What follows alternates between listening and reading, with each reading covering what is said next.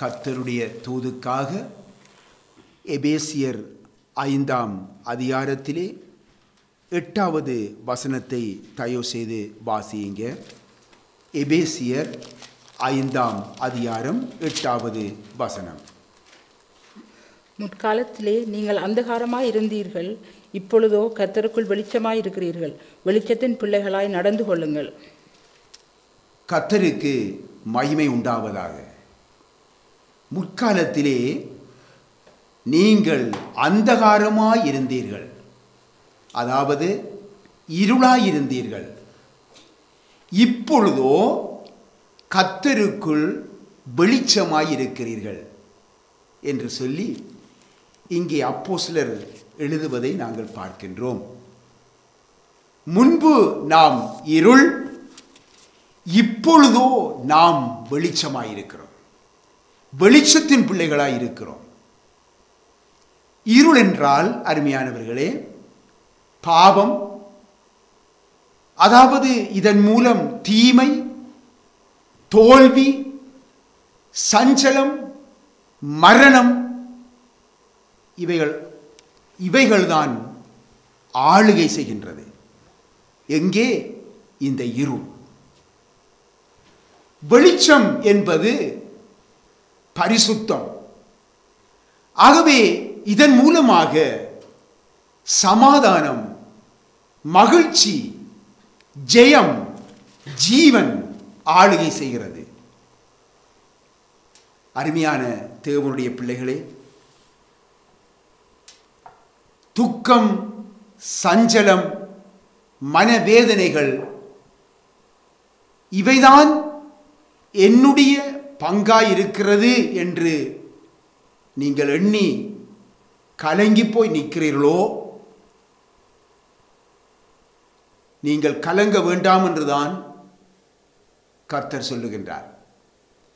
நீங்கள் கலங்க வேண்டாம். உன்னுடைய இருள் சூழ்ந்த பாதை வெளிச்சமாக அதை மாற்றித்தர ஆண்டவர் இயேசு இன்றைய நாளிலே விரும்புகிறார். அருமையான தேவனுடைய பிள்ளைகளே, வேதம் சொல்லுகிறது, நியாயாதிபதிகள் 5ஆம் அதிகாரத்திலே 31வது வசனத்திலே சொல்லுகின்றது, அவரில் அன்பு கூறுகிறவர்களோ வல்லமையோடே உதிக்கிற சூரியனை போல இருக்க கடவர்கள். அவரில் அன்பு கூறுகிறவர்களோ வல்லமையோடே உதிக்கிற சூரியனை போல இருக்க கடவுள் என்று எழுதப்பட்டிருப்பதை நாங்கள் பார்க்கின்றோம். அன்று மேதிய பேரரசில் இருந்த யூதரை மரண இருள் சூழ்ந்த பொழுது அவர்களுடைய சத்துருக்கள் அவர்களை நாங்கள் மேற்கொள்ளலாம் என்று முழுக்க முழுக்க நம்பியிருந்த வேளையிலே எதிர்பாராத விதமாக அவருடைய சஞ்சலம் சந்தோஷமாகவும் துக்கம் மகிழ்ச்சியாகவும் மாறிப்போனதை நாம் வேதத்திலே இருந்து அறிந்து கொள்ளுகிறோம் அல்லவா? அருமையானவர்களே, யூதருக்கு மகிழ்ச்சியும் களிப்பும் கனமும் உண்டானதென்று அந்த எஸ்தர் புத்தகத்திலே நாம் வாசிக்கக்கூடியதாக இருக்கிறது அல்லவா? ஆம் அருமையானவர்களே, தேவன் தம்முடைய ஜனங்களின் இருள் சூழ்ந்த பாதையிலே அவர் வெளிச்சத்தை உதிக்க பண்ணுகிறவர், இருளை விடியற்காலமாக மாற்றுகிறவர் நம்முடைய தேவன். ஆம், தேவன் நம்மில் இவ்விதமாக கிரியை செய்யும்படி நாம் செய்ய வேண்டியது என்ன என்பதை நாம் ஒரு விசை இந்த நேரத்திலே தியானிப்போம். யாருக்கு இருள் வெளிச்சமாகும்? யாருக்கு வெளிச்சம் இருளாக மாறும்? இதை இன்றைய நாளிலே சிறிது நாம் தியானிக்க கர்த்தர் கிருபை அளிப்பார். முதலாவது ஏசாயா புஸ்தகத்திலே 42வது அதிகாரத்தை நாங்கள் தயவு செய்து எடுத்துக்கொள்வோம். ஏசாயா 42ஆம் அதிகாரம் 16வது வசனத்தை தயவு செய்து வாசிங்க பார்ப்போம். குருடரை அவர்கள் அறியாத வழியிலே நடத்தி அவர்களுக்கு தெரியாத பாதைகளில் அவர்களை அழைத்து கொண்டு வந்து அவர்களுக்கு முன்பாக இருளை வெளிச்சமும் கோணலை செவ்வையுமாக்குவேன். இந்த காரியங்களை நான் அவர்களுக்கு செய்து அவர்களை கைவிடாதிருப்பேன். ஆமீன். கர்த்தருக்கு மகிமை உண்டாவதாக. இங்கே நீங்கள் வாசித்த இந்த வேத பகுதியிலே யார் குருடர்? இதைத்தான் நாம் முதலாவது அறிந்து கொள்ள வேண்டும். யார் இந்த குருடர்? தங்களுக்கென்று ஒரு சுயமாக எந்த ஒரு திட்டமும் இல்லாமல் தேவன் தாமே நடத்தி செல்லும் எந்த பாதைக்கும் தங்களை முழுமையாக அர்ப்பணித்து எந்த நிபந்தனையும் இல்லாமல் எந்த கேள்வியும் கேட்காமல் அதற்கென்று தங்களை ஒப்பு கொடுத்து அவருடைய சித்தத்தின்படி நடப்புகிறவர்களே குருடர்கள். இந்த குருடர்கள் குருடர் என்றால் பாருங்க, அவர்களுக்கு இன்னொருவருடைய உதவி நிச்சயம் தேவை.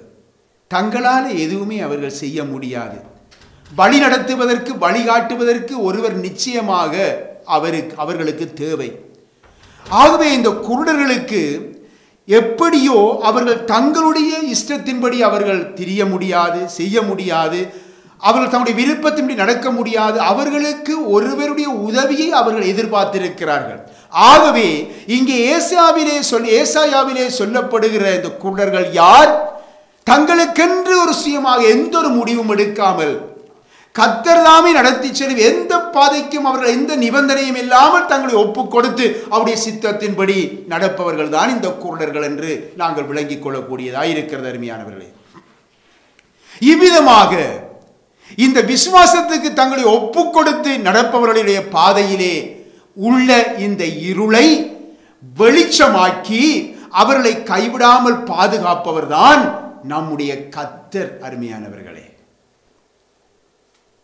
ஆம், அருமையான தேவனுடைய பிள்ளைகளே, சில வேளைகளிலே நாம் அறியாத பாதையிலே நடத்தப்பட்டாலும் நம்மை நடத்தும் கர்த்தரை எந்த ஒரு கேள்வியும் கேட்காமல் நான் போகும் வழியை அவர் அறிவார் என்ற அந்த விசுவாச அறிக்கையோடு அவரை பின்பற்றி செல்ல நம்மை ஒப்பு கொடுக்க வேண்டும். அருமையானவர்களே, அருமையான தேவனுடைய பிள்ளைகளே,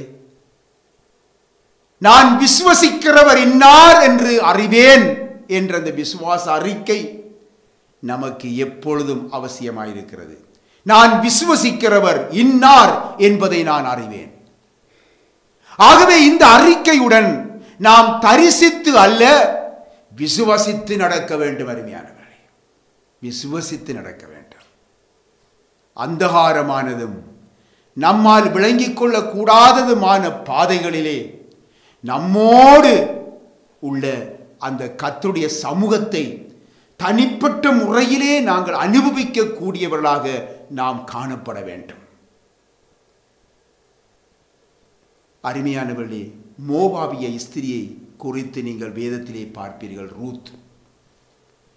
இந்த ரூத்தை குறித்து நாம் வேதத்திலே பார்ப்பது என்ன? அங்கே நாங்கள் பார்க்கிறோம், அவளுடைய ஜீவியத்திலே இருள் சூழ்ந்திருந்த வேளையிலும் அவளுடைய மாமி தனக்கு அறிமுகப்படுத்திய அந்த தேவனை விசுவசித்து எந்த ஒரு கேள்வியும் இல்லாமல் அவரை உத்தமமாக பின்பற்றி கொண்டிருந்த வேளையில்தான் அவளுடைய வாழ்க்கையிலே திடீரென்று ஒளி வீசத் தொடங்கியது. சடுதியாய் ஒளி வீசத் தொடங்கியது. நீங்களும் நாமும் கர்த்தரை உறுதியாக விசுவாசித்து அவர் நடத்தும் பாதைக்கு நம்மை ஒப்பு கொடுத்து நடப்போம் என்றால், அருமையானவர்களே, நம்முடைய இருளை அவர் வெளிச்சமாக்குவார். ஆம், நம்முடைய வாழ்க்கை ஒளி சூழ்ந்ததாயிருக்கும். அருமையானவர்களே, இரண்டாவதாக சங்கீதத்தை தயவு செய்து எடுத்துக்கொள்வோம். சங்கீதம் 112. சங்கீதம் 112 4வது வசனத்தை தயவு செய்து வாசியுங்க. செம்மையானவர்களுக்கு இருளிலே வெளிச்சம் உதிக்கும். அவன் இரக்கமும் மன உருக்கமும் நீதியும் உள்ளவன். ஆம், செம்மையானவர்களுக்கு இருளிலே வெளிச்சம் உதிக்கும். செம்மையானவர்களுக்கு இருளிலே வெளிச்சம் உதிக்கும். செம்மையானவர்கள் என்றால் உத்தமர்கள் என்று அர்த்தம். பின்னாகவே இந்த செம்மையானவர்கள் யார்? வேதம் சொல்லுகிறது, சுத்த இருதயமும் சுத்தமான கிரியைகளும் உள்ளவர்களே, அவர்கள்தான் செம்மையானவர்கள். சுத்த இருதயமும் சுத்தமான கிரியைகளும், அதாவது சுத்தமான செய்கைகளையும் உடையவர்கள், அவர்கள்தான் அருமையானவர்களே தேவனுக்கு முன்பாக செம்மையானவர்கள். தேவனுக்கு முன்பாக செம்மையானவர்கள். நம்முடைய ஜீவியத்தின் எல்லா பகுதிகளிலும் சுத்த இருதயமும் சுத்தமான செய்கைகளும் காணப்பட வேண்டும். அருமையானவர்களே, நாம் வெளிச்சத்தின் பிள்ளைகள். நாம் வெளிச்சத்தின் பிள்ளைகள். சுத்தமான இருதயம், சுத்தமான சிந்தனை நமக்கு காணப்பட வேண்டும். சுத்தமான செய்கைகள், நம்முடைய நடக்கைகள், நம்முடைய இருக்கைகள், நம்முடைய பேச்சுக்கள், நம்முடைய பார்வைகள், ஒவ்வொரு வார்த்தைகளும் தேவனுக்கு பிரியமான தூய்மையான வார்த்தைகளாய் காணப்பட வேண்டும். செம்மையானதாய் காணப்பட வேண்டும். ஆம் அருமையானவர்களே, விசுவாச பிள்ளைகளுக்கு உலகத்தாருக்கும் இடையே வேறுபாடு நிச்சயமாய் காணப்பட வேண்டும். இன்றைக்கு நாம் உலகத்தார் அல்ல. நாம் உலகத்திலே இருந்து ஆண்டவர் இயேசு நம்மை பிரித்தெடுத்திருக்கிறார் தமக்காக. தாம் பரிசுத்தராய் இருக்கிறது போல நானும் நீங்களும் பரிசுத்தமாய் இருக்க வேண்டும் என்பதற்காக தேவன் இந்த உலகத்திலே இருந்து நம்மை பிரித்தெடுத்திருக்கிறார். பின்னாகவே விசுவாச பிள்ளைகளுக்கும் உலகத்தாருக்கும் இடையே வேறுபாடு நிச்சயம் அவசியம். அந்த வேறுபாடு என்ன தெரியுமா? அந்தகாரத்துக்கும் வெளிச்சத்துக்கும் இடையே உள்ள வேறுபாடு. அந்தகாரம் என்றால் இருள். ஆகவே அந்தகாரத்துக்கும் இருளுக்கும் இருக்கின்ற ஒரு வேறுபாடு. ஆம் அருமையானவர்களே, நீங்கள் கர்த்தருக்குள்ளே நீங்கள் வெளிச்சமாய் இருக்கிறீர்கள். நீங்கள் வெளிச்சத்தின் பிள்ளைகளாய் நடந்து கொள்ளுங்கள் என்று வேதம் எங்களுக்கு உறுதியாய் சொல்லுகிறது, கட்டளையிடுகிறது. நீங்கள் வெளிச்சத்தின் பிள்ளைகள், நீங்கள் வெளிச்சத்தின் பிள்ளைகளாக நடந்து கொள்ளுங்கள். ஆம் அருமையானவர்களே, இருளின் பிள்ளைகளாக, இருளின் பிள்ளைகளுடைய சுபாவங்களை கொண்டவர்களாக, இருளின் பிள்ளைகளை கொண்ட நடக்கை உள்ளவர்களாக, இருளின் பிள்ளைகளை கொண்டு அவர்களுடைய பேச்சுக்களை கொண்டவர்களாக நாம் காணப்படக்கூடாது. அருமையானவர்களே, அந்தகார கிரியைகளான வேதத்திலே நாங்கள் பார்க்கிறோம். வேசித்தனம், அசுத்தம், வம்பு, புத்தியினமான பேச்சு, பரியாசம், விபச்சாரம், விக்கிரக ஆராதனை ஆகிய பொருளாசை ஆகியவளில் இருந்து உங்களை விலக்கி காத்து கொள்ளுங்கள். இவைகளின் பேர் முதலாய் உங்களுக்குள்ளே சொல்லப்படவும் கூடாதென்று அப்போஸ்தலனாகிய பவுல் எச்சரிப்பதை நாங்கள் பார்க்கிறோம். அருமையானவர்களே, பரியாசமான பேச்சுக்கள் எங்களை விட்டு தூரமாயிருக்க வேண்டும். வார்த்தைகள் ஒவ்வொன்றும் ஒரு மனிதனுக்கு பக்தி விருத்தி உண்டாக்குறதா இருக்க வேண்டும். வார்த்தைகள் சுத்தமானதாய் இருக்க வேண்டும். ஆம் அருமையான தேவனுடைய பிள்ளைகளே, இப்படிப்பட்ட நடக்கையே பரிசுத்தவான்களுக்கு ஏற்றது என்று சொல்லி அப்போஸ்தலனாகிய பவுல் இங்கே சுட்டி காட்டுவதை நாங்கள் வேதத்திலே பார்க்கின்றோம். இன்னும் பாருங்கள், மண் ஆசை, பெண் ஆசை, பொன் ஆசை என்ற இந்த ஆசைகளுக்குள்ளே இன்றைக்கு அகப்படும் விசுவாசிகள் அருமையானவர்களே வெளிச்சத்தை இழந்து போனவர்கள் என்பதை நாம் மறந்துவிடக்கூடாது. இந்த மண்ணாசை, பெண்ணாசை, பொன்னாசை இதற்குள்ளே சிக்கப்பட்டிருக்கின்ற விசுவாசிகள் அவர்கள் வெளிச்சத்தை இழந்து அவருள் இருளிலே அவர்கள் வாழுகிறார்கள். இருளில் அவர்களை இருள் சூழ்ந்திருக்கிறது. அவர்களது விளக்கானது அணைந்து போய்விட்டது. எங்களுடைய ஆரம்ப ரட்சிப்பின் பொழுது கர்த்தரால் ஏற்றி வைக்கப்பட்ட அந்த தீபம் எங்களுடைய இவ்விதமான ஆசைகளினாலே அவை அணைந்து போய் இப்பொழுது ஏற்றப்படாத ஒரு விளக்காக பல ஆண்டுகளாக பாழ்பட்டு கிடந்து போய் நிற்பதை நாங்கள் காணுகிறோம். எத்தனை விசுவாசிகள், எத்தனை ஊழியர்கள், அருமையான தேவனுடைய பிள்ளைகளே, அவருடைய ஜீவியத்தில் சகல பகுதிகளிலும் தூசி படிந்து போயிருக்கிறது. வேதனையான ஒரு காரியம். தூசிகள் தட்டப்படாமல் துடைக்கப்படாமல் அப்படியே நாளுக்கு நாள் தூசிகள் நிறைந்து கொண்டே இருக்கிறது. அருமையானவர்களே, அவர்கள் அழுது புலம்பி அவர்கள் அந்தகார கிரிகையிலே இருந்து மனம் திரும்பாமல் மேலும் மேலும் அவர்கள் தங்களுடைய சுய கிரிகைகளினாலே அவர்கள், அதாவது அந்நிய பாசைகள் என்றும் தீர்க்க தரிசனங்கள் என்றும் இன்னுமாய் அடுக்குமொழி ஜெபங்கள் என்றும் இன்னும் தேவ ஊழியர்கள் பலரை சந்தித்து ஜெபம் வேண்டி நிற்பது, தசமபாகங்கள் காணிக்கைகளை சபைக்கு கொண்டு வந்து ஒழுங்காய் கொடுப்பது, இவ்விதமாக பாருங்கள், இவைகள் இப்படிப்பட்ட செய்கைகளினாலே அவர்கள் தங்களுடைய அணைந்த விளக்கை ஏற்றிவிடலாம் என்று சொல்லி அவர்கள் பார்க்கிறார்கள். இவைகளிலே அகப்பட்டு அடிமைப்பட்டு தங்களுடைய அணைந்த விளக்கை இவ்விதமாய் ஏற்றலாம் என்று சொல்லி அவர்கள் பார்க்கிறார்கள். ஆம், தங்களுடைய சுய கிரியைகளினாலே அவர்கள் ஓடிக்கொண்டிருக்கிறார்கள். ஆம், அருமையான தேவனுடைய பிள்ளைகளே, அவருடைய சுய கிரியைகள் பலனற்று போய் இன்றைக்கு அவர்களுடைய ஜீவியத்திலே துக்கம், கவலைகள், சஞ்சலங்கள், மனவேதனைகள், ஒரு வகை பயம் அவர்களை ஆட்கொண்டிருக்கிறது. அருமையானவர்களே, இந்த மண் ஆசை, பெண் ஆசை, பொன்னாசை என்ற இந்த ஆசைகளுக்குள்ளே அகப்பட்டு வெளிச்சத்தை இழந்து போயிருக்கின்ற விசுவாசியே, உன் சுய கிரியைகளை முதலில் விட்டு நீ மரித்தோரை விட்டு நீ எழுந்திருக்க வேண்டும்.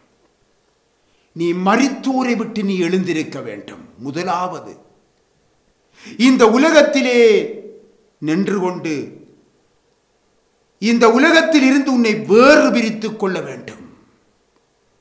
அப்பொழுதுதான் நீ அணைத்த, நீயே உன் கையாலே அணைத்த உன்னுடைய விளக்கை, தேவன் ஏற்றி வைத்த அந்த விளக்கை, அணைந்து போயிருக்கிற இந்த விளக்கை தேவன் மீண்டும் உன்னிலே ஏற்ற முடியும். கர்த்தருடைய ஆவியானவர் ஏற்ற முடியும். அருமையானவர்களே, அருமையான தேவனுடைய பிள்ளைகளே, இன்று எத்தனை தேவனுடைய பிள்ளைகள் இந்த பரிதாப நிலைக்குள் ஆளாகி போயிருக்கிறார்கள்.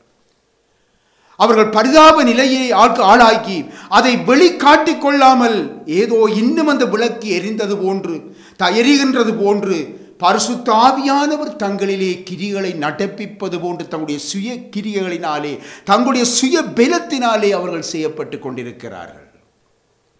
அருமையான தேவனுடைய பிள்ளைகளே, இன்னும் அடுத்ததாக சங்கீதத்திலே 112 நாளை நான் மீண்டும் வாசித்து சொல்லுகின்றேன். செம்மையானவர்களுக்கு இருளிலே வெளிச்சம் உதிக்கும் என்று எழுதப்பட்டிருக்கிறதே. செம்மையானவர்களுக்கு இருளிலே வெளிச்சம் உதிக்கும். அப்படி என்றால் நீங்கள் சிந்தித்து பார்த்திருக்கிறீர்களா? செம்மையானவர்களுக்கு இருள் என்ற ஒரு கட்டம் இருக்கிறது என்பதை இதிலே நாங்கள் அறிந்து கொள்ளுகின்றோம். ஆகவே செம்மையானவர்களுக்கும் அங்கே ஒரு இருள் ஒன்று இருக்கிறது. அது என்ன இருள்? அந்த இருள் இருப்பதினால் தான் அந்த இருளிலே வெளிச்சம் உதிக்கும் என்று சொல்லி அங்கே எழுதப்பட்டிருக்கிறதே. அவர்களுடைய ஜீவியத்திலே செம்மையான வாழ்க்கை வாழுகின்ற, தேவனுக்கு முன்பாக செம்மையாய் இருக்கிற பிள்ளைகளுடைய வாழ்க்கையிலே இருக்கிற இருள் என்ன? அந்த இருள் என்ன? அந்த செம்மையானுடைய ஜீவியத்திலே தேவன் சில வேளைகளிலே துன்பங்களாகிய இருளை அனுமதிக்கிறார் என்று நாம் இங்கே உணர்ந்து கொள்ள வேண்டும். அருமையானவர்களே, வாசிப்போம். ரோமர் 8ஆம் அதிகாரத்தை தயவு எடுப்போம். ரோமர் 8ஆம் அதிகாரத்திலே 28வது வசனத்தை தயவு செய்து வாசியுங்க. அன்றியும் அவருடைய தீர்மானத்தின்படி அழைக்கப்பட்டவர்களாய் தேவனிடத்தில் அன்பு கூறுகிறவர்களுக்கு சகலதும் நன்மைக்கு ஏதுவாக நடக்கிறது என்று அறிந்திருக்கிறோம். பாருங்கள், அவருடைய தீர்மானத்தின்படி அழைக்கப்பட்டவர்களாய் தேவனிடத்திலே அன்பு கூறுகிறவர்களுக்கு சகலமும் நன்மைக்கு ஏதுவாக நடக்கிறது. அப்படியாய் அவருடைய தீர்மானத்தின்படி அழைக்கப்பட்டவர்களாய் தேவனிடத்திலே அன்பு கூறுகிறவர்களுக்கு சகலமும் நன்மைக்கு ஏதுவாக நடக்கிறது என்று அறிந்திருக்கிறோம் என்று எழுதப்பட்டிருக்கிறதே. அப்படியாயின் அவரில் அன்பு கூறுகிறவர்களுக்காக அவரால் அனுமதிக்கப்படுகிற இருளும் அவர்களுடைய நன்மைக்கே என்பதை இதெல்லாம் இருந்து விளங்கிக் கொள்ளக்கூடியதாக இருக்கிறது. எனக்கு அருமையானவர்களே, பரிசுத்த வேதாகமத்திலே யோசேப்பை நாங்கள் பார்க்கிறோம், ஜோபுவை பார்க்கின்றோம், தாவீதை பார்க்கிறோம், தானியேலை பார்க்கின்றோம். இவ்விதமானோர் தேவனுக்கு மிகவும் ஒரு செம்மையான, தேவனுக்கு முன்பாக செம்மையான ஒரு வாழ்க்கை வாழ்ந்தவர்கள்.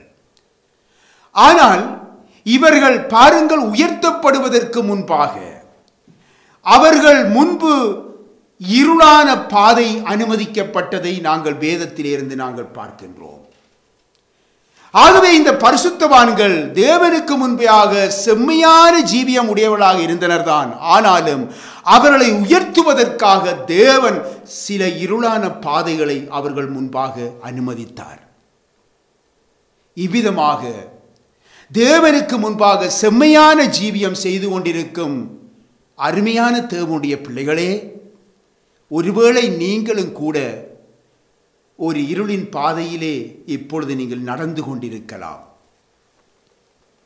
இந்த அந்தகாரமான பாதையிலும் உங்களுடைய உத்தமத்தை நீங்கள் விட்டு ஒருபொழுதும் நீங்கள் விலகிவிடக்கூடாது. கர்த்தரை சந்தேகித்து விடக்கூடாது. உங்கள் விசுவாசத்திலே பலவீனம் அடைந்து விடக்கூடாது. தேவனுக்கு முன்பாக உங்களை உத்தமர்களாக எப்பொழுதும் காத்துக்கொள்ளுங்க. இந்த வேளையில தான் கர்த்தருடைய பிள்ளைகள் மிக எச்சரிக்கையாக இருக்க வேண்டும். ஏனென்றால் வேதம் சொல்லுகின்றது, நீதிமானுக்காக வெளிச்சமும் செம்மையான இருதயத்தாருக்காக மகிழ்ச்சியும் விதைக்கப்பட்டிருக்கிறது என்று இந்த சங்கீதம் 97:11 எழுதப்பட்டிருப்பதை நாங்கள் பார்க்கின்றோம். எனக்கு அருமையானவர்களே, உங்களுக்காக விதைக்கப்பட்டிருக்கிற இந்த வெளிச்சத்தையும் இந்த மகிழ்ச்சியையும் உங்கள் கண்கள் இப்பொழுது காணாமல் இருக்கலாம். ஆனால் அருமையானவர்களே, ஏற்ற வேளையிலே நீங்கள் இவைகளை அறுவடை செய்வீர்கள். ஏனென்றால் உங்களுக்காக இது விதைக்கப்பட்டிருக்கிறது. எது? இந்த மகிழ்ச்சி, வெளிச்சம் விதைக்கப்பட்டிருக்கிறது. அருமையான தேவனுடைய பிள்ளைகளே, நீங்கள் ஒரு நாள் நிச்சயமாக அறுப்பீர்கள். ஆகவே நீங்கள் பொறுமையாய் கர்த்தர் அனுமதித்திருக்கிற பாதையின் ஊடாக நீங்கள் ஓடி செல்லுங்கள். அதில் நடந்து செல்லுங்கள். கர்த்தரை கேள்வி கேட்காமல் கர்த்தரை மகிமைப்படுத்தி அவருக்கு நன்றி கூறி நீங்கள் நடந்து செல்லுங்கள். ஒரு நாள் நிச்சயமாய் கர்த்தர் உங்களுக்கு வைத்திருக்கிறதை நீங்கள் அதை அறுவடை செய்வீர்கள். அருமையான தேவனுடைய பிள்ளைகளே, இந்த வேளையிலே உங்களுடைய இருதயம் மிகவும் மகிழ்ச்சியாய் இருக்கும்.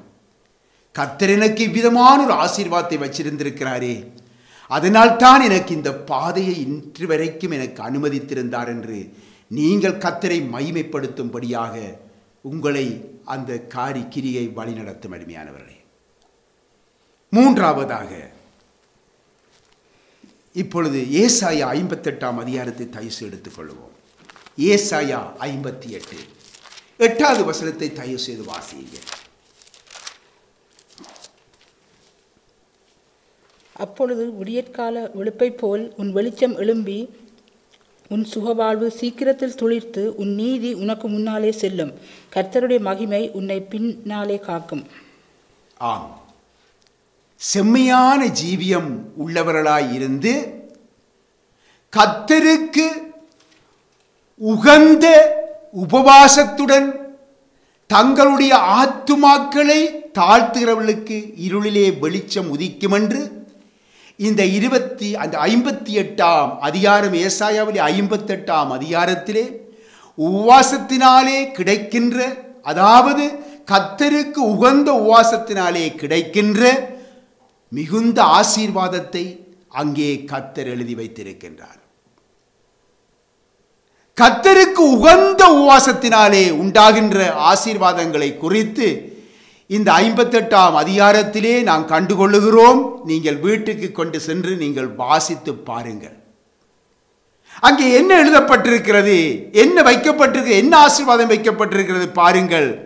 விடியற்கால வெளுப்பை போல உன் வெளிச்சம் எழும்பும், உன் சுகவாழ்வு சீக்கிரத்திலே துளிர்க்கும், உன் நீதி உனக்கு முன்னாலே செல்லும், கர்த்தருடைய மகிமை உன்னை பின்னாலே காக்கும், இருளில் உன் வெளிச்சம் உதித்து உன் அந்தகாரம் மத்தியானத்தை போலாகும்.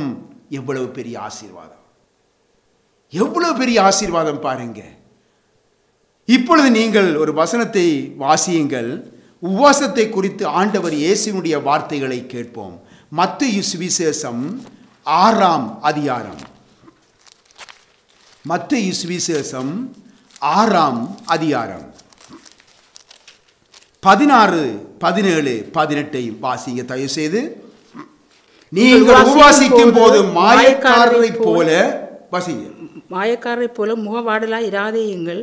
அவர்கள் உபவாசிக்கிறதை மனுஷர் காணும் பொருட்டாக தங்கள் முகங்களை வாட பண்ணுகிறார்கள். அவர்கள் தங்கள் பலனை அடைந்து தீர்ந்ததென்று மெய்யாகவே உங்களுக்கு சொல்லுகிறேன். நீயோ உபவாசிக்கும் போது அந்த உபவாசம் மனுஷர்களுக்கு காணப்படாமல் அந்தரங்கத்தில் இருக்கிற உன் பிதாவுக்கே காணப்படும்படியாக உன் தலைக்கு எண்ணெய் பூசி உன் முகத்தை கழுவு. அப்பொழுது அந்தரங்கத்தில் பார்க்கிற உன் பிதா உனக்கு வெளியரங்கமாய் பலனளிப்பார். அருமையானவர்களே, இந்த கர்த்தருடைய வார்த்தையை நாங்கள் மிகவும் கவனிக்க வேண்டும். அதே நேரத்திலே ஏசாயா 58ஆம் அதிகாரத்திலே சொல்லப்பட்ட வார்த்தைகளையும் நீங்கள் தயவு செய்து ஒப்பிட்டு பாருங்கள். இன்றைய காலங்களிலே எங்கும் உபவாச ஆராதனைகள் நடைபெறுகிறது தாராளமாக. இந்த கர்த்தருடைய வார்த்தை உங்களுடைய இருதயத்திலே இருக்கட்டும். இப்பொழுது இந்த ஏசாயா 58ஆம் அதிகாரத்திலேயும் ஆண்டவர் இந்த மத்தேயு சுவிசேஷத்திலே 6ஆம் அதிகாரத்திலே உபவாசத்தை குறித்து சொல்லியிருக்கிற வார்த்தைகளையும் நீங்கள் வாசிக்கும் பொழுது, இப்பொழுது அருமையான தேவனுடைய பிள்ளைகளே, இப்பொழுது நடைபெறும் உபவாசங்கள் கர்த்தருக்கு ஏற்ற உபவாசமா என சிந்தித்து பார்க்க வேண்டும். எப்படியும் என்று சொல்லி நினைத்துவிட்டு போய்விடக்கூடாது. கர்த்தருடைய வார்த்தைகள் ஒவ்வொன்றும் தான் எங்களை, ஜனங்களை நியாயம் தீர்க்க போகிறது. அவருடைய வசனமே கடைசி நாளில் மனிதனின் உலகத்தை நியாயம் தீர்க்கும். பின்னாகவே அந்த வார்த்தை எவ்வளவு ஒரு முக்கியமானது என்பதை நாம் இன்றைக்கு சிந்தித்து பார்க்க வேண்டும். உதாரணமாக பாருங்கள், தேசத்தின் சமாதானத்துக்காக என்று சொல்லி எல்லாம் கடந்த காலங்களிலே உபவாச ஆராதனைகள் எல்லாம் பல மீடியாக்களிலே நடைபெற்றதை நீங்கள் காணுறீர்கள். மீடியாக்களிலே எல்லாரும் கூடி நின்று எல்லாரும் உலகம் முழுக்க பார்க்கிறார்கள், உபவாசம் செய்கிறார்கள் என்று சொல்லி பார்க்கிறார்கள். இவை கர்த்தருக்கு உகந்த உபவாசமா? இவைகள் கர்த்தர் ஏற்றி கிரியை செய்யும் உபவாசமா? கர்த்தருடைய பிள்ளைகள் சிந்தித்து பார்க்க வேண்டும். நீங்களும் நானும் ஏதோ ஒரு வாழ்க்கையில ஒரு காலத்தில் வாழ்ந்தோம், ஏதோ ஒரு மதத்தை பின்பற்றி வாழ்ந்து கொண்டிருந்தோம். ஆனால் தேவன் தம்முடைய மிகுந்த கிருபையினாலே நம்மை சந்தித்தார் அல்லவா? தம்முடைய பிள்ளைகளாக எங்களை ஏற்றுக்கொண்டார் அல்லவா? இந்த உலகத்தை விட்டு பிரித்து எடுத்து தன்னுடைய ராஜ்யத்தின் பிள்ளைகளாக மாற்றியிருக்கிறார் அல்லவா? அருமையானவர்களே, இந்த வேதத்தை நம்முடைய கையிலே தந்திருக்கிறார் அல்லவா? ஆகவே நாம் இன்றைக்கு இந்த வேதத்தை விட்டு வெளியிலே நிற்கிறோமா அல்லது இந்த வேதத்துக்குள்ளே நிற்கிறோமா என்பதைத்தான் நாம் இப்பொழுது ஆராய்ந்து பார்க்க வேண்டும். அருமையான தேவனுடைய பிள்ளைகளே, இவ்விதமாக தேவனுடைய வார்த்தைகள் ஒன்றிருக்க ஆண்டவர் சொல்லுகிறார் பாருங்கள், என்னை ஆண்டவரே ஆண்டவரே என்று சொல்லியும் நான் சொல்லுகிறபடி நீங்கள் செய்யாமல் இருக்கிறது என்ன என்று சொல்லி வேதனையோடு கேட்கிறார் இடத்தில். என்னை ஆண்டவரே ஆண்டவரே என்று சொல்லியும் நான் சொல்லுகிறபடி நீங்கள் செய்யாமல் இருக்கிறது என்ன? ஆகவே கருமையான தேவனுடைய பிள்ளைகளே, கர்த்தருக்கு ஏற்ற உபவாசம் காணப்பட வேண்டும். தேவன் நமக்கு தந்திருக்கின்ற பொன்னான நேரங்களை இந்த மீடியாக்களுக்கு முன்பாக தயவு செய்து நின்று வீணாக்காதீங்க. நம்முடைய பெயர் புகழ் எழும்ப வேண்டும் என்பதற்காக அல்லது மற்றவர்கள் எங்களை கண்டு இவ்விதமாய் உபவாசம் செய்கிறார்களே, இவ்விதமாய் ஜெபிக்கிறார்களே என்று சொல்லும்படியாக அந்த எண்ணத்திலே சென்று அருமையானவர்களே, இவ்விதமாக உங்களுடைய ஆசீர்வாதங்களை இழந்து போகாதீங்க. உங்களுக்கு தரப்பட்டிருக்கிற பொன்னான நேரங்களை வீணடிக்காதீங்க. நமக்கு தேவன் வைத்திருக்கிற இவ்வளவு பெரிய ஆசீர்வாதங்களை இழந்து போகாதீங்க. எனக்கு அருமையானவர்களே, மீடியாக்கள் மூலமாக காலத்தை வீணடிக்கும் தேவனுடைய ஜனமே, உங்களுடைய ஆத்துமாக்களுக்கு உத்தரவாதம் பண்ண தேவன் நியமித்திருக்கிற ஒரு வழி ஒன்று உண்டு. சபை. ஆகவே இந்த சபையை குறித்த ஒரு விழிப்புணர்வு உள்ளவர்களாய் நீங்கள் இருக்க வேண்டும். அந்த சபைதான் உங்களுடைய ஆத்மாவுக்கு உத்தரவாதம் பண்ணுகிறது. நன்றாக தெரிந்து கொள்ளுங்க, இந்த மீடியாக்கள் அல்ல. ஆகவே வேதத்தில் எழுதப்பட்டிருக்கிற வார்த்தை எபிரேயர் 13ஆம் அதிகாரம் 17ஆம் வசனத்தை தயவு செய்து நீங்கள் வாசித்து பாருங்கள். உங்களுடைய இதயத்திலே பதித்து வைத்த அந்த வார்த்தைக்கு கீழ்ப்படியுங்க. கர்த்தர் நமக்கு தந்திருக்கும் சபையில 2-3 பேர்கள் ஒருமனப்பட்டு கர்த்தருக்கு உகந்த உபவாசத்தை மேற்கொள்ளும் பொழுது அருமையானவர்களே, அந்தரங்கத்திலே பார்க்கிற நம்முடைய பிதாவானவர் நமக்கு வெளியரங்கமாய் பதிலளிப்பார் அல்லவா? அது நிச்சயம் அல்லவா? மட்டுமல்ல, கர்த்தருக்கு உகந்த அந்த உபவாசத்தினாலே அவர் நமக்கு வைத்திருக்கும் பெரிய ஆசீர்வாதங்களையும் நாம் சுவீகரித்துக் கொள்ளலாம் அல்லவா? மெய்யான உபவாசத்தால் நம்முடைய ஆத்மா தாழ்மைப்படுகிறது. அருமையானவர்களே, தாழ்மைப்படுகிறது. தானியேல் 9ஆம் அதிகாரத்தை நீங்கள் வாசித்து பாருங்கள். அங்கே தானியேல் மெய்யான உபவாசத்துடனும் பாவ அறிக்கையுடனும் தேவனுக்கு முன்பாக தன்னை அங்கே தாழ்த்தி நின்ற பொழுது தன்னுடைய ஜெபங்களுக்கு ஒரு பெரிய வெற்றியான ஒரு பதிலை அவர் பெற்றுக்கொண்டார் அல்லவா? நினிவே பட்டணத்தாருடைய பாவத்தினாலே அவர்கள் மேல் ஒரு நியாய தீர்ப்பு நியமிக்கப்பட்டிருந்தது, நினிவே பட்டணத்தின் மேல்.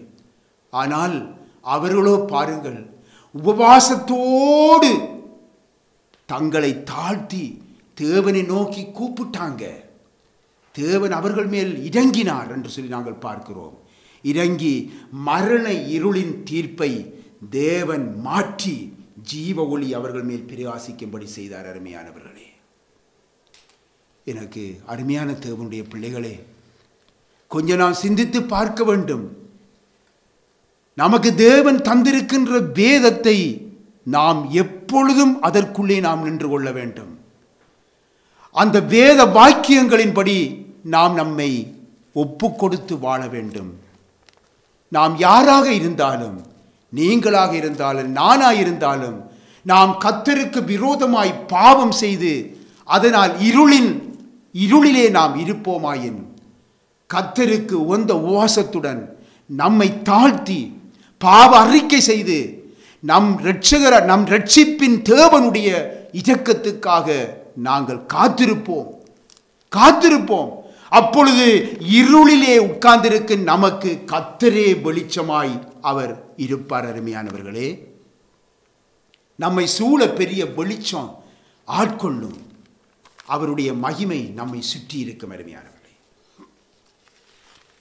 இப்பொழுது கடைசியாக பார்க்க போகிறோம், யாருக்கு பகல் இரவாக மாறும் என்று சொல்லி நாங்கள் பார்ப்போம். யாருக்கு வெளிச்சம் இருளாக மாறும்?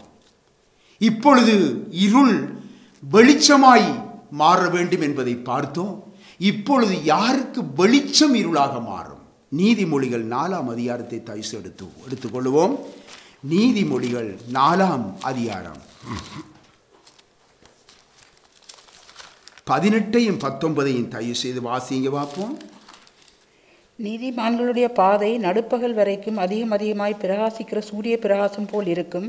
துன்மார்க்கருடைய பாதையோ காரிருளைப் போல் இருக்கும்.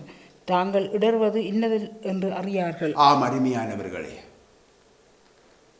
தேவனுக்கு அஞ்சி அவருக்கு முன்பாக பயந்து இருப்பவர்களை அவர்கள்தான் நன்றாய் இருப்பார்கள், துன்மார்க்கனோ நன்றாய் இருப்பதில்லை என்று சொல்லி அங்கே பிரசங்கி 8ஆம் அதிகாரத்திலே 12ஆம் 13ஆம் வசனத்திலே எழுதப்பட்டிருப்பதை நாங்கள் பார்க்கக்கூடியதாக இருக்கிறது. இங்கே பார்க்கிறோம் அல்லவா, நீதிமான்களுடைய பாதை நடுப்பகல் வரைக்கும் அதிகமாய் பிரகாசிக்கின்ற சூரிய பிரகாசம் போல் இருக்கும். துன்மார்க்கருடைய பாதையோ காரிருளை போல் இருக்கும். பின் ஆகவே இங்கே பாருங்கள், இப்பொழுது சிவந்த சமுத்திரத்திலே தேவன் தம்முடைய ஜனங்களுக்காக அவர் யுத்தம் செய்த பொழுது அவர்களை காக்கும்படி பின் சென்ற தேவ சமூகம் எகிப்தியருக்கு மேகமும் அந்தகாரமுமாய் இருந்ததை நாங்கள் பார்க்கின்றோம். இஸ்ரவேலருக்கு எப்படி இருந்தது? அது இரவை வெளிச்சமாக்கிறதாய் இருந்தது. அன்று தேவ ஜனங்கள் மேல் வெளிச்சம் உதித்த பொழுது சத்துருக்களையோ அங்கே மரண பயம், மரண இருள் அங்கே சூழ்ந்து கொண்டதை அங்கே நாங்கள் பார்க்கிறோம். பார்த்தீங்களா? தேவ ஜனங்கள் மேல் வெளிச்சம் உதித்த அதே வேளையிலே சத்துருக்கள் மேல் மரண இருள் ஒரே வேளையிலே அங்கே நடைபெறுகின்றது. பாருங்கள், ஒரே பாதையிலே 2 வித்தியாசமான நிகழ்வுகள். ஆண்டவருடைய வார்த்தை, நீங்கள் அழுது புலம்புவீர்கள், அதாவது உலகம் சந்தோஷப்படும். நீங்கள் அழுது புலம்புவீர்கள், உலகமோ சந்தோஷப்படும். நீங்கள் துக்கப்படுவீர்கள், ஆனாலும் உங்கள் துக்கம் சந்தோஷமாக மாறும். இது தேவ ஜனங்களுக்கு முன்னுரைக்கப்பட்டதாகும். இது தீர்க்க தரிசனம். நீங்கள் அழுது புலம்புவீர்கள், உலகமோ சந்தோஷப்படும். நீங்கள் துக்கப்படுவீர்கள், ஆனாலும் உங்கள் துக்கம் சந்தோஷமாக மாறும்.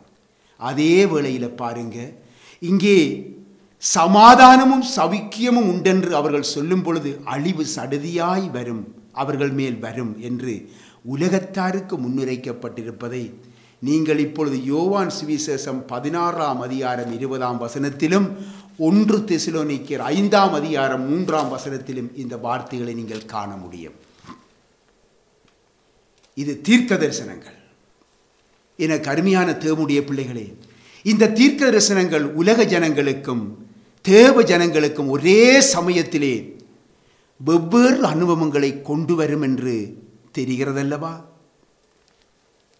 தேவனுடைய ஜனங்களே, இந்நாட்களிலே கள்ள தீர்க்கதரிசிகள் அவர்கள் உரைக்கின்ற பொய் தீர்க்க தரிசனங்களை நாங்கள் எங்கும் இப்பொழுது கண்டு கொண்டிருக்கிறோம். இந்த நாட்களிலே கள்ள தீர்க்கதரிசிகளால் உரைக்கப்படும் இந்த தீர்க்க தரிசனங்களுக்கு பின்னால இன்றைக்கு ஓடி உங்களை ஒருபொழுதும் கெடுத்துக் கொள்ளாதீங்க. பரிசுத்த வேதாகமத்திலே உள்ள இந்த தீர்க்கதரிசனங்கள் மேல் உங்களுடைய கண்கள் பதியட்டும். உங்களுடைய கவனம் முழுவதும் பரிசுத்த வேதாகமத்தில் பக்கம் திரும்பட்டும்.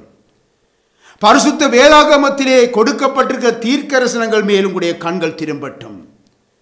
அங்கே அந்த தீர்க்கதரிசன் சொல்றான், இஞ்ச தீர்க்கதரிசி சொல்றான் என்று சொல்லி அங்கே ஓடி திரிந்து, அருமையானவர்களே, நீங்கள் உங்களை கெடுத்துக் கொள்ளாதீங்க. கர்த்தருடைய இரகசிய வருகை அதற்கு ஆயத்தமாய் இருப்போருக்கு ஆனந்த பிரகாசமாய் இருக்கும் அருமையானவர்களே, ஆனந்த பிரகாசமாய் இருக்கும். ஆனால் அதே வேளையில் அவருடைய இரகசிய வருகை மற்றவர்களுக்கோ ஒரு திகிலை உண்டாக்குகிற ஒரு சம்பவமாயிருக்கும், ஒரு பயத்தை உண்டு பண்ணுகிற சம்பவமாயிருக்கும் அருமையானவர்களே. எனக்கு அருமையான தேவனுடைய பிள்ளைகளே, நாம் இப்பொழுது நம்மை ஆராய்ந்து பார்க்க வேண்டும். வேதம் சொல்லுகின்றது, தீர்க்கதரிசனம் சொல்லுகின்றது, இதோ இருள் பூமியையும் காரிருள் ஜனங்களையும் மூடும், ஆனாலும் உன்மேல் கர்த்தர் உதிப்பார் என்ற தீர்க்கதரிசனம் நிறைவேறும் காலம் அண்மித்து விட்டது. அது நிறைவேறும் காலம் நெருங்கிவிட்டது. அதன் நிறைவேறுதலின் அடையாளங்கள் இப்பொழுது வெளிப்பட்டு கொண்டிருக்கிறது அருமையானவர்களே, அருமையான தேவனுடைய பிள்ளைகளே. உலகத்தாருக்கும் துன்மார்க்கருக்கும் சடுதியாக இந்த ஒளி இருளாக மாறும் காலம் நெருங்கிவிட்டது. யாருக்கு? உலகத்தாருக்கும் துன்மார்க்கருக்கும் சடுதியாக இந்த ஒளி இருளாக மாறுகின்ற காலம் நெருங்கிவிட்டது.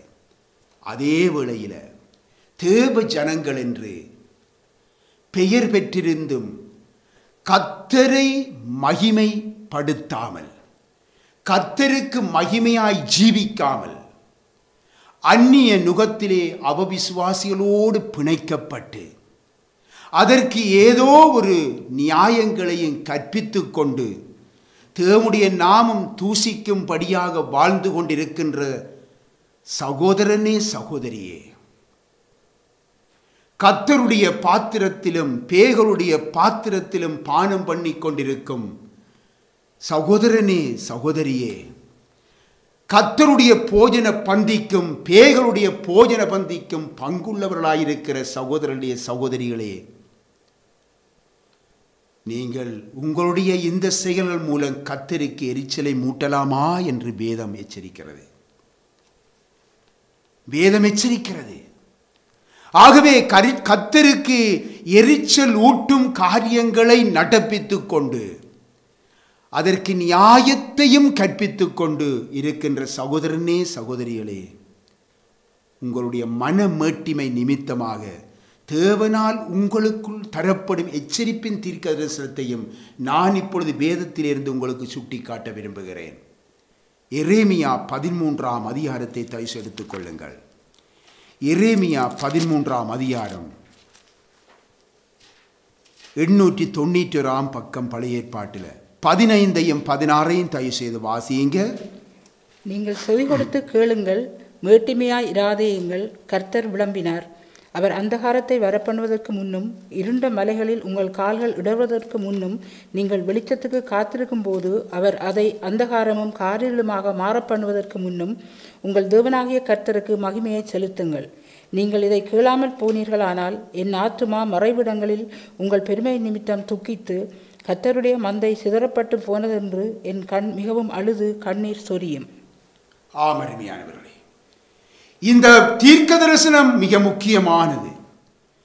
இன்றைக்கு தங்களை ஏமாற்றிக் கொண்டு வாழுகின்ற கிறிஸ்தவ தேவனுடைய பிள்ளைகள் என்ற பெயர் பெற்றிருக்கின்ற, தங்களையே தாங்கள் ஏமாற்றிக் கொண்டு மாயமான ஜீவியம் செய்கிறவர்களுக்கு இந்த தீர்க்கதரிசன எச்சரிப்பை மிகவும் கவனித்துக் கொள்ள வேண்டும். இங்கு வாசித்த தீர்க்கதரிசன வசனத்தை பாருங்கள். இங்கு ஒரு பகுதியினரின் வெளிச்சத்தை தேவன் தாமே காரிருளாக்குறார். இந்த தீர்க்கதரிசனத்தை நன்றாக வாசித்து பாருங்கள். இதிலே 2 காரியம் நடக்கின்றது. ஒரு பகுதியின் வெளிச்சத்தை தேவனே அங்கே காரிருளாக மாற பண்ணுகிறார் என்று நாங்கள் வாசிக்கிறோம்.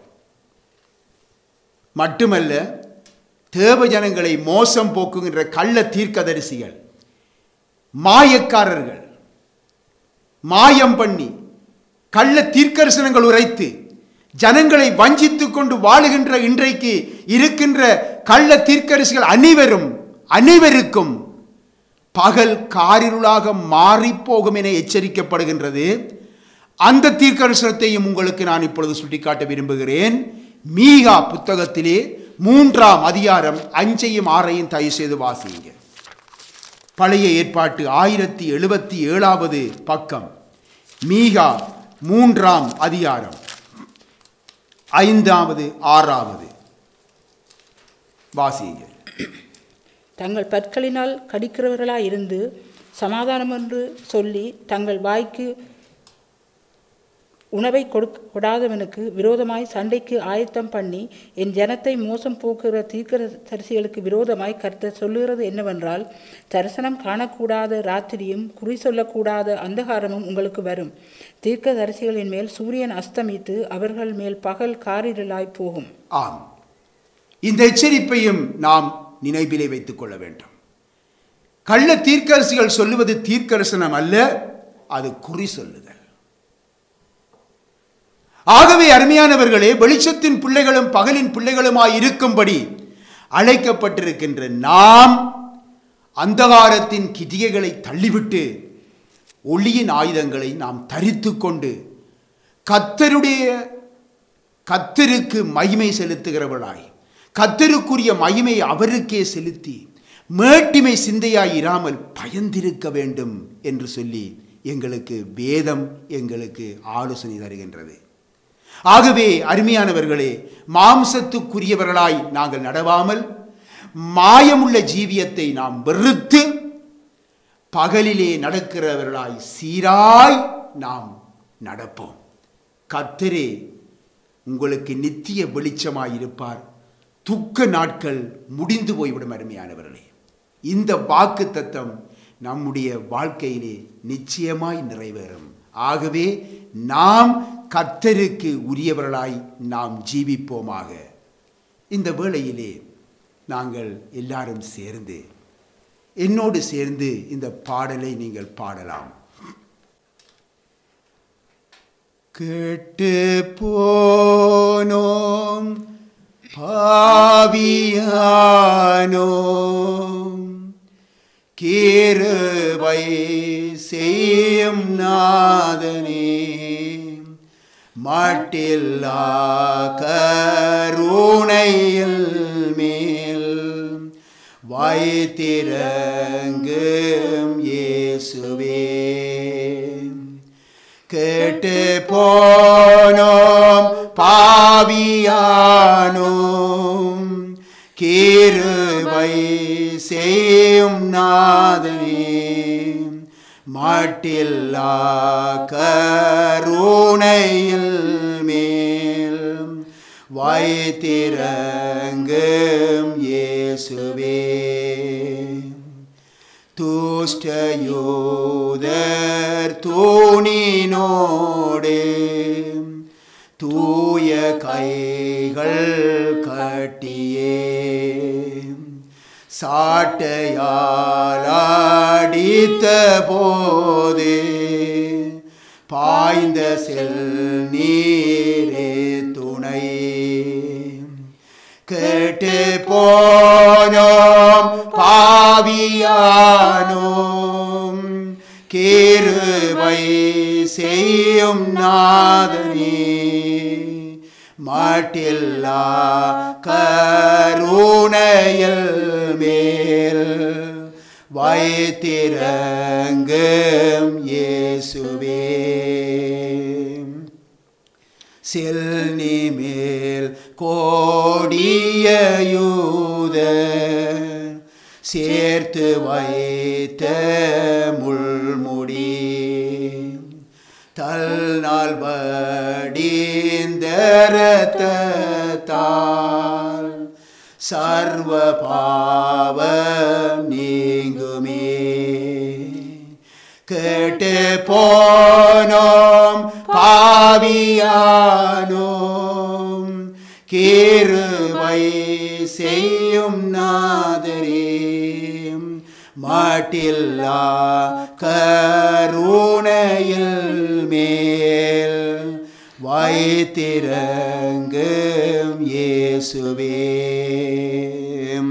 பாடுகள் நீர் பட்ட போது பாய்ந்து ஓடிய இரத்தம் கோடி பாவம் தீர்த்து மோட்சம் கொண்டு செல்ல வல்லதே. கேட்டு போனோம் பாவியானோம்,